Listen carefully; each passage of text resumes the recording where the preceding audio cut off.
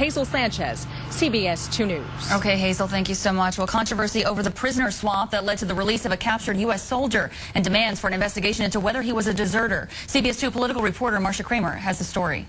Army Sgt. Bergdahl recuperating at a U.S. military hospital in Germany as a firestorm of controversy surrounded the decision to trade 5 senior Taliban fighters for his release. I strongly believe that the military, the Army, should hold investigations into Sergeant Bergdahl. I mean, because of all the very cloudy circumstances about how he was allowed himself to be captured. Clearly, this is not an uncomplicated yellow ribbon release of an American prisoner of war.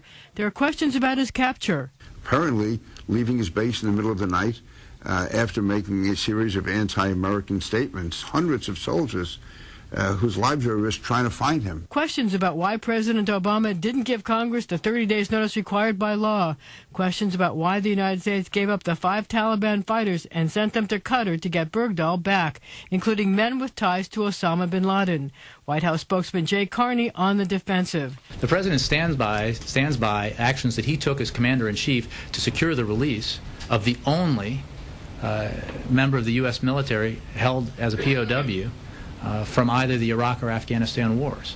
It was absolutely the right thing to do. And a partisan divide, sure to carry over into the midterm elections. Republicans want hearings into how the 5 will be prevented from returning to terror. I'm waiting for a briefing as to why they thought they could let these 5 guys go, and obviously you've got to care about safety as well.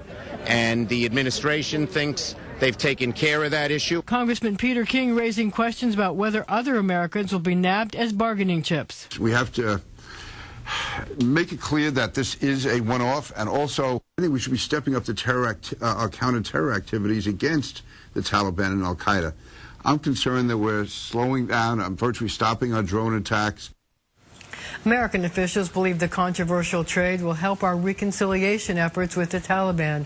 But the Afghan Foreign Ministry attacked the swap today, claiming you can't deport another country's citizens to a third country and then restrict their freedom. Christine. In Taliban custody, U.S. Army Sergeant is a free man, but there are still questions about his future and his past. Bergdahl has been a Taliban prisoner in Afghanistan since 2009. Over the weekend, the U.S. reached a secret deal that exchanged Bergdahl for 5 senior Taliban members who'd been held at Guantanamo Bay. Now, after hearing the news that he'd finally been released, Bergdahl's parents made a brief statement. I want you to know that I love you. I'm proud of you. I'm so proud of your character. I'm so proud of your patience and your perseverance. I am so proud of your cultural abilities to adapt. But the joy is not universal. There are serious questions today about whether Bergdahl should face charges for deserting his unit. Stacey Delicat in the newsroom with more on the political fallout as well. Stace.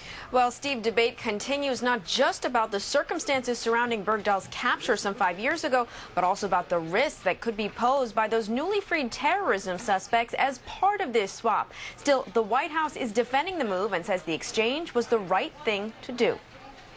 The town of Haley, Idaho is ready to welcome prisoner of war Sergeant Bergdahl home. He's just going to be a celebrity when he gets back.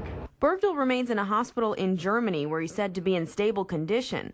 Political psychologist Dr. Bart Rossi says even once he's back on American soil, it will be an uphill battle for him to reacclimate. He's going to be suffering from post-traumatic stress, where he's not going to be able to sleep well, and perhaps most importantly, he's not going to be able to focus and think clearly. Meantime, debate continues about the terms of Bergdahl's release and whether the 5 Afghani terrorist suspects freed in the swap will pose a major security threat. Some notion that this band of characters, these terrorists, are not going to get re-engaged in this fight in some way is absolutely naive, and it's dangerous, and it's every soldier who's on the ground should be a little upset by this. I know I am. The 5 detainees were released from Guantanamo Bay for Qatar on Saturday and are banned for leaving that country for at least a year. There were sufficient mitigation steps taken by Qatar and assurances received by the United States that these detainees do not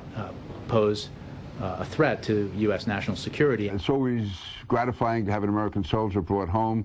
On the other hand, Sergeant Bergdahl, there's real questions about how he was captured. Did he desert his post?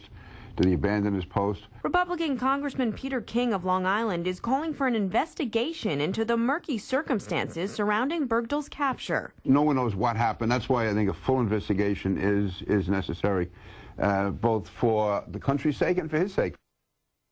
Defense Secretary Chuck Hagel was asked about this over the weekend, but he brushed off questions about whether there should be an investigation into how Bergdahl was captured. Right now, he said the priority is Bergdahl's health and well-being. Steve? All right, thank you, Stacy. Citywide search